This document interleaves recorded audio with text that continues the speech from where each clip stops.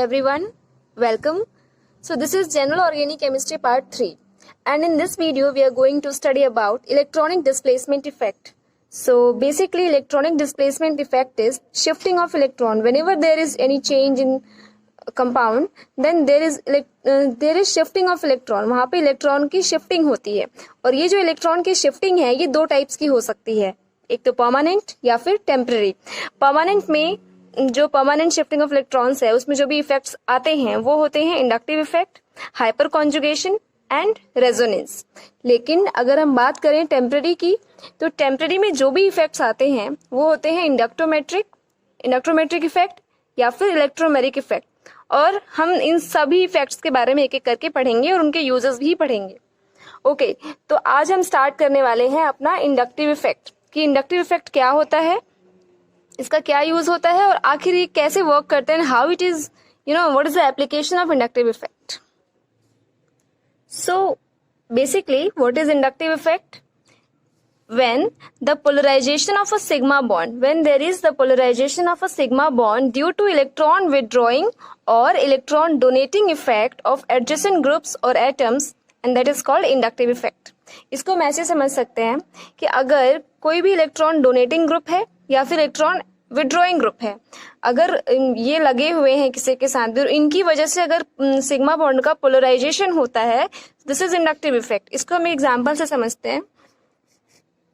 मान लेते हैं कि देयर इज ए बी और ये है एक हमारा covalent bond. This is a covalent bond.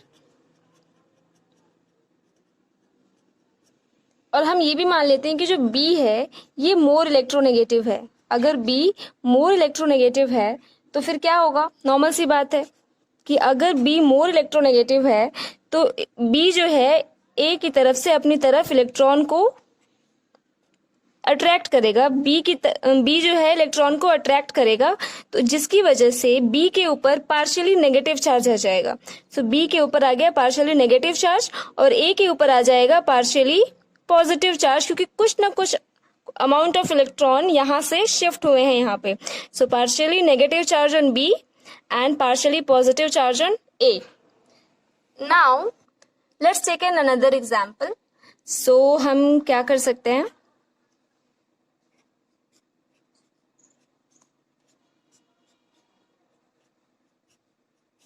ये एक हमने हाइड्रोकार्बन ले लिया जिसके साथ एक X लगा हुआ है. X का मतलब होता है halogen, and we all know halogen are electron withdrawing groups, right. Halogen electron को विड्रॉ करते हैं, अपनी तरफ अट्रैक्ट करते हैं. तो नॉर्मल सी बात है कि अगर अट्रैक्ट करता है तो इट इज हैविंग -I, ठीक है. और अगर ये अट्रैक्ट करता है तो फिर सिंपल सी बात है कि ये कुछ ना कुछ इलेक्ट्रॉन इसकी तरफ से यहाँ पे आएगा, है ना. यहाँ से इलेक्ट्रॉन्स यहाँ शिफ्ट हो रहे हैं, तो फिर X के ऊपर आ जाएगा पार्शियली नेगेटिव चार्ज और इसके जस्ट बगल वाले कार्बन पे पार्शियली पॉजिटिव चार्ज. कुछ तो इलेक्ट्रॉन यहाँ से गए होंगे ना.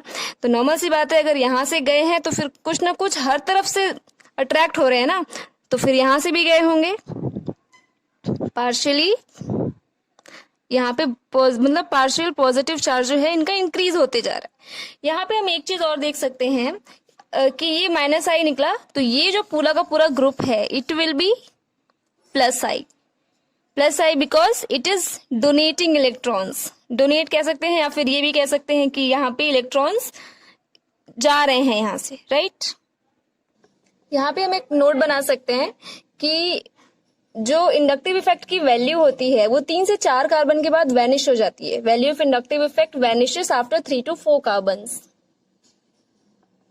सी यहाँ पे 1 2 3 4 मतलब इससे ज्यादा कार्बन पे अगर यहाँ पे कार्बन चेन होती तो हम ये कह सकते थे कि उसका इंडक्टिव इफेक्ट जो है आगे खत्म हो जाएगा. तो इंडक्टिव इफेक्ट की जो वैल्यू है 3 से 4 कार्बन तक ही रहती है, उसके बाद वो खत्म. हम एक और एग्जाम्पल लेते हैं, जैसे कि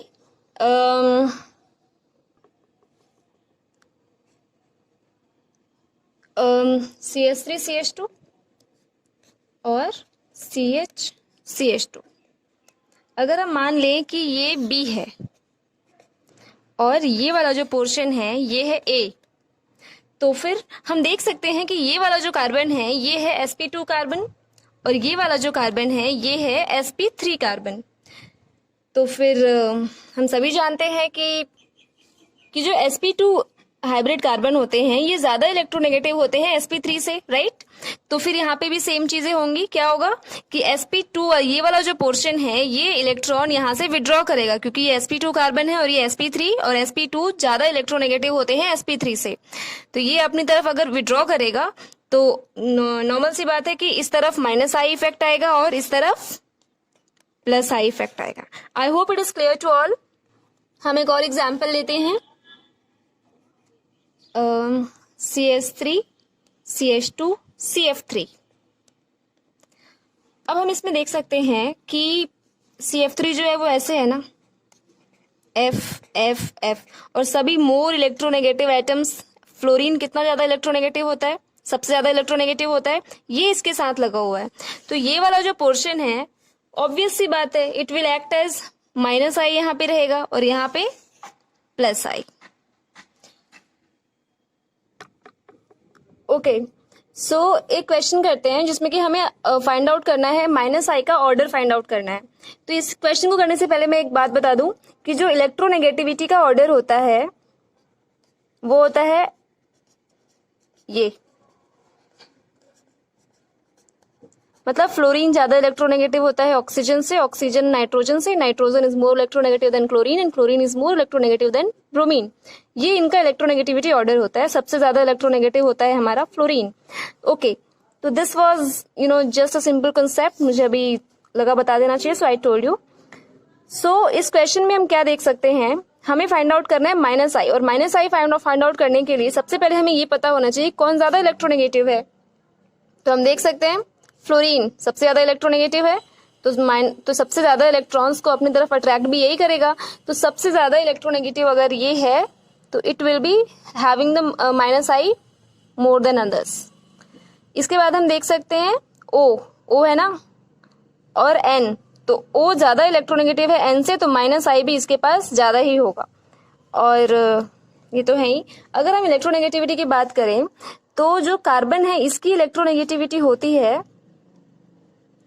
2.5, नाइट्रोजन की इलेक्ट्रोनेगेटिविटी होती है 3, ऑक्सीजन की 3.5 एंड इसका होता है 4। तो ऐसे भी देखें तो हमें यही दिखता है कि फ्लोरीन का सबसे ज्यादा इलेक्ट्रोनेगेटिव है, तो ऑब्वियसली माइनस आई इफेक्ट भी सबसे ज्यादा यही शो करेगा। ओके, नाउ एक और क्वेश्चन करते हैं जो कि हमें प्लस आई का करना होगा। एक क्वेश्चन करते हैं प्लस आई के लिए, जिसमें हम ले सकते हैं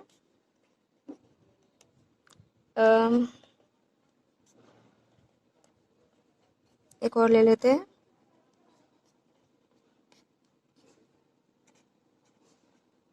ओके, अब हम इसमें बताना है कि प्लस आई सबसे ज्यादा किसमें होगा। तो प्लस आई इफेक्ट अगर हम मान लेते हैं ये 1 है, ये 2 और ये 3, तो हमें बताना है कि प्लस आई इफेक्ट सबसे ज्यादा किसमें है। ओके, तो हम देख सकते हैं कि X क्या है, हमारा कोई भी हैलोजन ग्रुप जो कि मोर इलेक्ट्रोनेगेटिव है। X is a more electronegative group. अब देखो इसमें एक है जो कि प्लस आई दे सकता है, ओनली CH3 इज देयर। इसमें 2 है जो प्लस आई दे सकता है, और इसमें तो हम देख सकते हैं 3 आर देयर। तो सिंपली वी कैन सी सबसे ज्यादा प्लस आई कहाँ दिख रहा है हमको, 3 में, फिर 2 में और फिर 1 में। सो नाउ हम देखने वाले हैं order of minus I effect and plus I effect. तो अगर हमें ये ऑर्डर याद होता है तो ऑब्वियसली हमें बहुत हेल्प मिलती है क्वेश्चंस करने में। तो माइनस आई इफेक्ट का ऑर्डर देख लेते हैं। This is R4N plus NO2 CN SO3H COOH F Cl I OR OH NH2 and C6H5, ये इसका ऑर्डर होता है। एंड प्लस आई इफेक्ट का ऑर्डर देखें तो CH2 is more having more plus I effect than NH2 and O, then COO, then 3 degree, 2 degree and 1 degree, then CT3. T is here tritium, then CD3, D is here deuterium, and this is hydrogen. ये isotopes है hydrogen के, I hope you all know. Then T, D and H. This is also isotope of hydrogen. So this is all about the order of minus I effect and plus I effect. सो एक और question करते हैं जो कि rings वाले होंगे। तो हम इस क्वेश्चन में देख सकते हैं, अगर हम इसे मान लें 1, 2, 3 एंड 4, और हमें इसमें ये बताना है कि माइनस आई का ऑर्डर क्या होगा। तो सबसे पहले तो हम ये देख सकते हैं अगर हम मान ले कि ये जो एंगल है ये θ1 है, ये θ2 है, this is θ3 and this is θ4, और अब हमें बताना है कि इसका माइनस आई का ऑर्डर क्या होगा। और जी कोई भी एक ग्रुप है, it can be any group.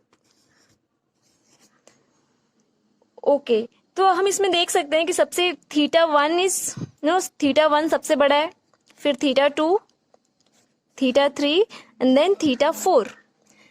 तो अगर ये थीटा ऐसे ही अगर थीटा का जो सीक्वेंस है वो ये है, तो इससे हमें ये पता चलता है कि जो रिंग जितनी छोटी होती है, स्मॉलर द रिंग, यानी कि रिंग जितनी भी छोटी होगी तो बॉन्ड एंगल उतना ही ज्यादा होगा, more will be bond angle. Smaller the ring so more will be bond angle. और अगर हम जानते ही हैं अगर बॉन्ड एंगल ज्यादा होता है तो फिर इलेक्ट्रोनेगेटिविटी भी ज्यादा होती है। ओके, तो इसका मतलब ये हुआ कि रिंग जितनी छोटी होगी बॉन्ड एंगल उतना ही ज्यादा होगा, और बॉन्ड एंगल जितना ज्यादा होगा उसकी इलेक्ट्रोनेगेटिविटी उतनी ही ज्यादा होगी। तो रिंग जितनी छोटी होगी, यानी कि सबसे छोटी रिंग ये है, तो इसका माइनस आई ऑर्डर होगा ऐसे। रिंग जितनी छोटी उसका माइनस आई ऑर्डर उतना ही ज्यादा। अब इतना इंडक्टिव इफेक्ट पढ़ने के बाद दो चीजें बाहर निकल के आती हैं। पहली तो ये कि जस्ट इसे नोट्स बना के लिख सकते हैं कि जो माइनस आई इफेक्ट है, माइनस आई इफेक्ट क्या करता है, नेगेटिव चार्ज की स्टेबिलिटी को इंक्रीज करता है। It increases the stability of negative charge and decreases the stability of positive charge, और पॉजिटिव चार्ज की स्टेबिलिटी को डिक्रीज करता है। ये हो गई माइनस आई। माइनस आई है तो ऑब्वियसली नेगेटिव चार्ज को ही स्टेबलाइज करेगा। और जो प्लस आई इफेक्ट है वो इंक्रीज करता है स्टेबिलिटी ऑफ पॉजिटिव चार्ज और डिक्रीज करता है स्टेबिलिटी ऑफ नेगेटिव चार्ज। तो हमने यही सीखा कि जो माइनस आई इफेक्ट है वो इंक्रीज करता है stability of negative charge. Minus I effect negative charge को स्टेबलाइज करता है और पॉजिटिव चार्ज को स्टेबलाइज नहीं करता है, उसकी स्टेबिलिटी को घटाता है। और positive charge plus I effect है, तो plus I effect positive charge को स्टेबलाइज करेगा और नेगेटिव चार्ज को डीस्टेबलाइज करेगा। ये एक ऐसा इंपॉर्टेंट कॉन्सेप्ट है जो आगे हमें क्वेश्चंस को सॉल्व करने में बहुत ज्यादा यूजफुल होने वाला है। So this is all about today's, and in next video we will just study about the uses of inductive effect. Inductive effect का यूज क्या होता है और हम इसे क्यों पढ़ रहे हैं और आखिर हम इसे कैसे यूज कर सकते हैं क्वेश्चंस को सॉल्व करने में और आगे इसका क्या यूज होगा। Okay, thank you so much for watching.